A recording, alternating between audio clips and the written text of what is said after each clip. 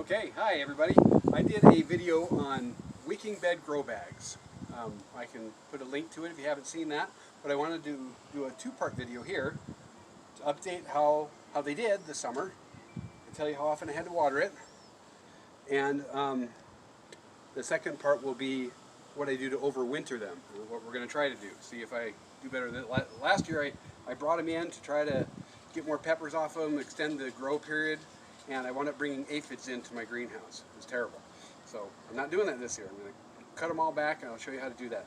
But if you remember, if you've seen it, I water right through here. It has a round, this pipe here circles around, and there's holes in it that the water, this is the reservoir, and the water leaches into the sand, and the sand wicks up into the grow bag. And I had to water it about once every 3 days, and it was a hot summer. We were 100 degrees from the 1st of June all the way through the summer. And I had to water about once every 3 days, and when I did water it, I gave it a little bit of water on the top too. And it worked pretty well. If as hot as it was, I would have had to water grow bags especially, because they dry out fast. Last year, we maybe hit 90 3 times, and I had to water them like twice a day because they dried out so fast. So the wicking bed worked. It worked nice. So I'm going to pull them all apart and get them ready for overwintering and bring them into the greenhouse. But one, I pulled this one off. I wanted to show you what happened. Come over here, Cindy. I pulled this one off, and everything come off with it. The roots grew through the grow bag, little tiny roots through the grow bag even. So it grew clear down and into the sand, but it worked. It kept them nice and healthy. They're big, healthy plants. We've got some white ghost peppers. They're a little green yet. Overwintering them will help that. And we've got scorpions here. You see these ones are turning. Not quite all the way, but we're going to have to pull them early because it's going to freeze.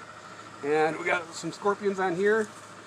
But super hots take a long time to grow. They need a longer growing season than we have here. But overwintering them will help give you a head start next year. So hopefully next summer these things will be loaded with super hots. That's my goal. And we'll continue with part 2 of this in just a second. Okay, so I cut them down. It looks like I missed one leaf. Blink. There we go. Got them all cut down. Take all the foliage off. So these are my scorpions. This is my ghost.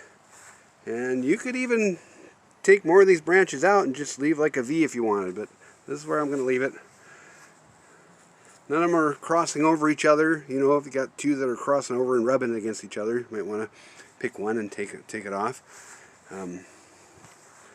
So these are all grown apart. You know, they've got a little bit of room, so they should be all right. Next, we're going to take them out of the pot, knock all the dirt off the roots, just shake them all off and rinse them off, get as much of the dirt off as we can.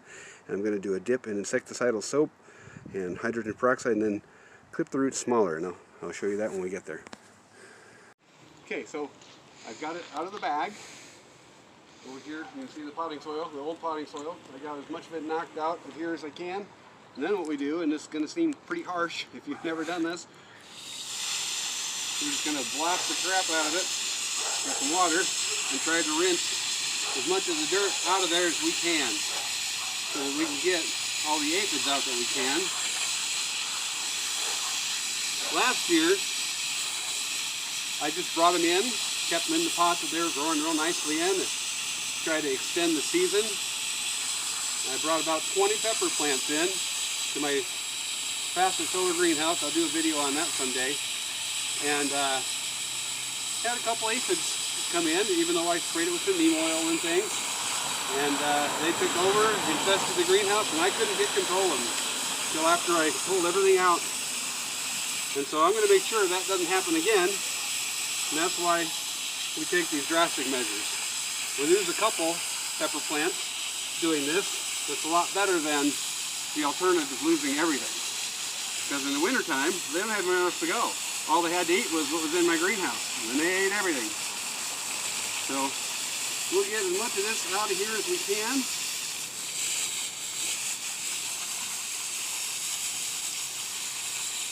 I don't know that I'm going to be concerned about getting every speck out. In fact, I'm not, but especially the top, I think, is where you'll get a lot of them that will stay.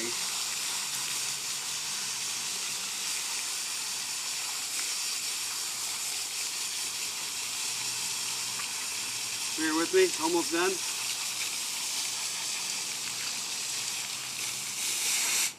Okay, now we'll come over here. And I'm going to cut, see we got a lot of roots and a little bit of top. So we don't need so many roots anymore because it doesn't have so many leaves and branches on it yet. So we'll trim this back quite drastically. Take a lot of the, we don't need it off of there. And over here, this is insecticidal soap and hydrogen peroxide. So this is my white ghost pepper. I'm going to plant that one right here. I've done everything to it that I'm showing you. And we're going to put this in here and let it soak for like 15 minutes. Then after I got them all planted, I'm going to spray the branches with the neem oil mixture. Just follow the directions on it, on all this stuff. I put it in 3 parts water to 1 part hydrogen peroxide and just follow the directions on the insecticidal soap in here. And hopefully that'll work. I'll keep you guys updated either way. If they all die, I'll let you know. If they all live and come back, I'll do a video on that. Hopefully that's when we do. Thank you.